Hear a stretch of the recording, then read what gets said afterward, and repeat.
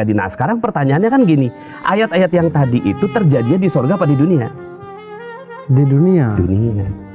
Berarti gitu, petunjuk yang tadi itu untuk mendapatkan keajaiban di dunia.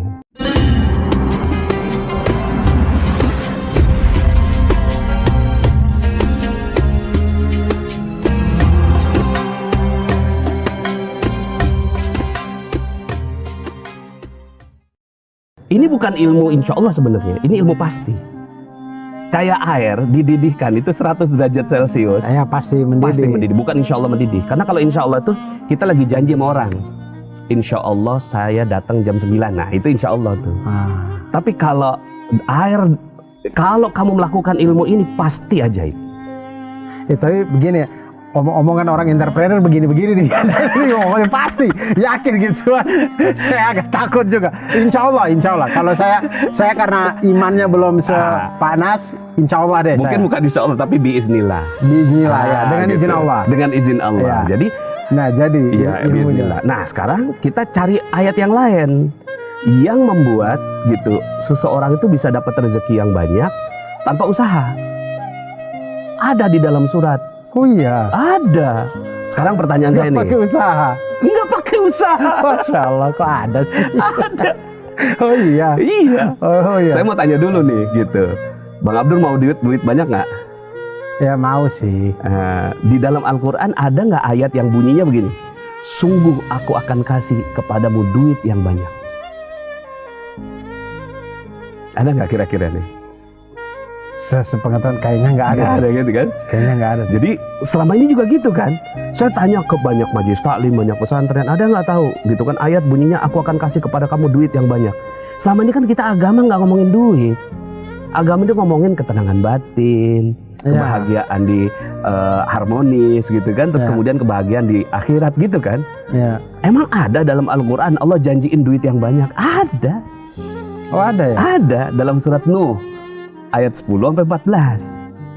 Oke. Itu surat Nuh ayat 10-14. Ya juz 29 nih. Juz 29. Iya. Ya. Jadi situ Allah Subhanahu wa taala ya itu berfirman wa yumdidkum bi amwalin. Aku akan kasih kepadamu duit yang banyak. Wa banin dan anak-anak yang banyak. Wa yaj'al lakum jannatin dan aku berikan kepada kamu kebun-kebun. Wa yaj'al lakum anhara dan sungai-sungai yang menghidupi kebun itu. Jadi Allah tuh janjiin uang yang banyak, bukan hanya uang tapi anak-anak, bukan hanya anak biologis, anak perusahaan, anak cabang, subscriber, follower. Nah, itu anak-anak tuh banyak. Nah, pertanyaannya kan kalau orang barat mau dapat rezeki yang banyak, duit yang banyak, gimana caranya? Kan kerja. Iya, kerja. Mau lebih banyak lagi kerjanya lebih keras. Mau lebih banyak lagi kerjanya lebih cerdas.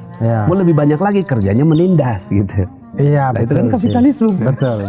Menindas, baru dapat duit yang banyak. Iya. Nah, di situ Allah kasih tahu caranya. Yang tadi itu ayat 12. Ayat atasnya dikasih tahu caranya. Ayatnya yang ke-10. Fakultu astaghfiru rabbakum. Kalau mau duit yang banyak beginilah caranya. Yaitu minta ampun sama Allah. Istighfar yang banyak. Fakultu astaghfirullahaladzim innahu kana ghaffara yursilis samaa'a 'alaikum bidrara. Akan diturunkan hujan yang lebat kepada kamu berupa duit yang banyak. Nah, di situ nggak ada kerja. Nggak ada di situ bertaubatlah lalu bekerja keraslah, nggak ada. Iya, istighfar aja ya. Istighfar aja. Minta ampunlah kalian kepada Allah, nanti kalau Allah sudah ampuni, Allah kasih rezeki yang banyak. Nah, berarti gitu. Kita cukup gitu, minta ampun sama Allah. Itu. Nah, kata guru saya, akhirnya saya dapat penjelasan dari guru saya. Ya. Kata guru saya, kalau mau duit yang banyak gitu, jangan buat dosa satupun. Kalau kamu udah nggak punya dosa satupun, nggak ada beda di sorga sama di dunia. Di sorga kan bedanya apa sama dunia? Di sorga nggak ada dosa. Itu aja bedanya. Jadi kalau kita hidup berusaha untuk tidak ada dosa satupun, ya kayak di surga udah ya. Itu dia.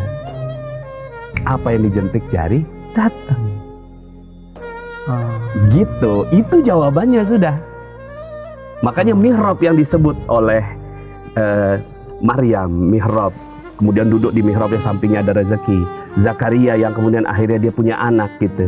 Terus kemudian muridnya Nabi Sulaiman yang pindahkan gitu istana Ratu Balkis. Semuanya itu karena mereka sudah tidak punya dosa lagi. Maka dia bisa terjadi. Nah sekarang pertanyaannya kan gini, ayat-ayat yang tadi itu terjadinya di sorga apa di dunia? Di dunia. Dunia. Berarti gitu, petunjuk yang tadi itu untuk mendapatkan keajaiban di dunia.